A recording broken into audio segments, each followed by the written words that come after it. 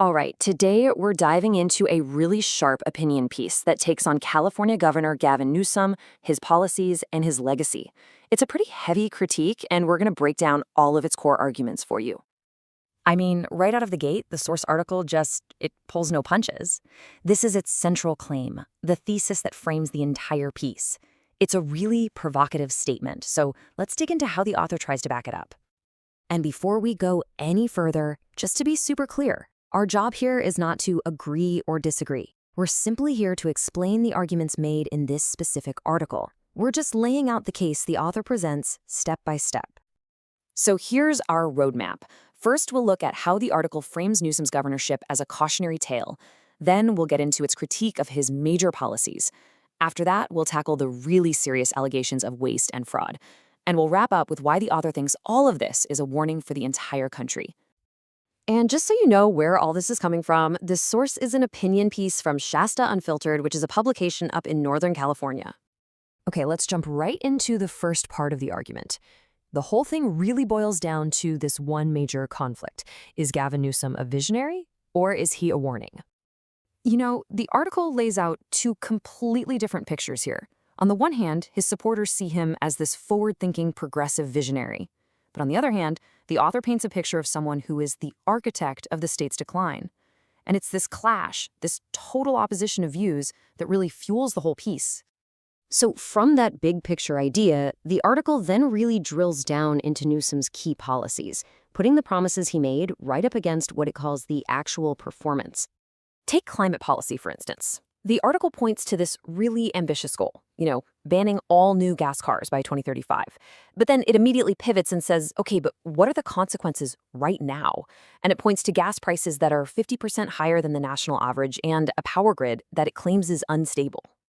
Next up, the article looks at the California High-Speed Rail project. And get this, according to the piece, we're talking about $18 billion of taxpayer money spent so far. So what has that $18 billion gotten Californians? Well, according to the article, the answer is zero miles of track that a train can actually run on. And you see this same pattern, the author argues, when you look at the homelessness crisis. The article highlights this massive number, $37 billion spent since 2019.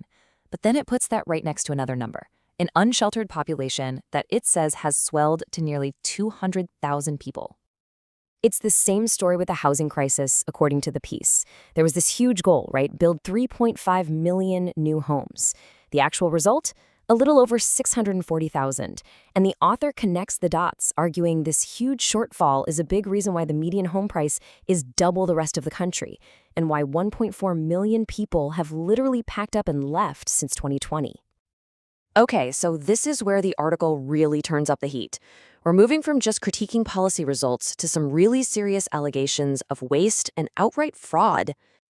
And look, the author is making it clear they're not just talking about some bureaucratic mix-ups. They are alleging systemic problems. Things like mismanaged contracts, supposed kickbacks, and billions of dollars that are just unaccounted for. The piece even brings up multiple federal corruption probes.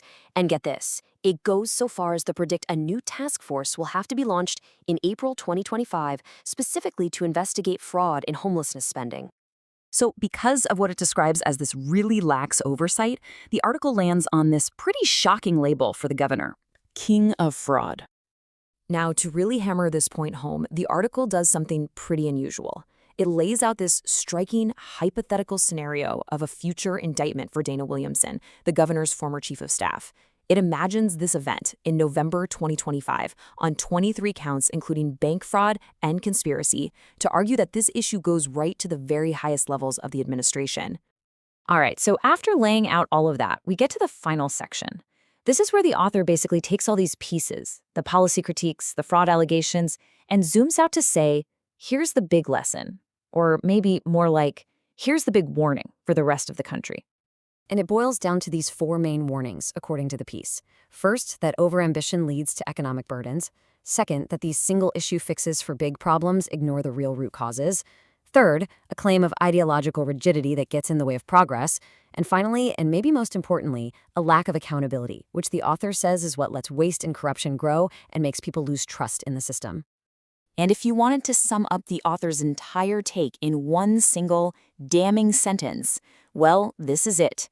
This really captures the whole negative assessment of the governor's impact on the state. And so we're left with the same question the article leaves its readers with. By framing California's experience this way, the author is asking all of us to consider, are these just isolated problems, or is this a potential warning for the entire nation?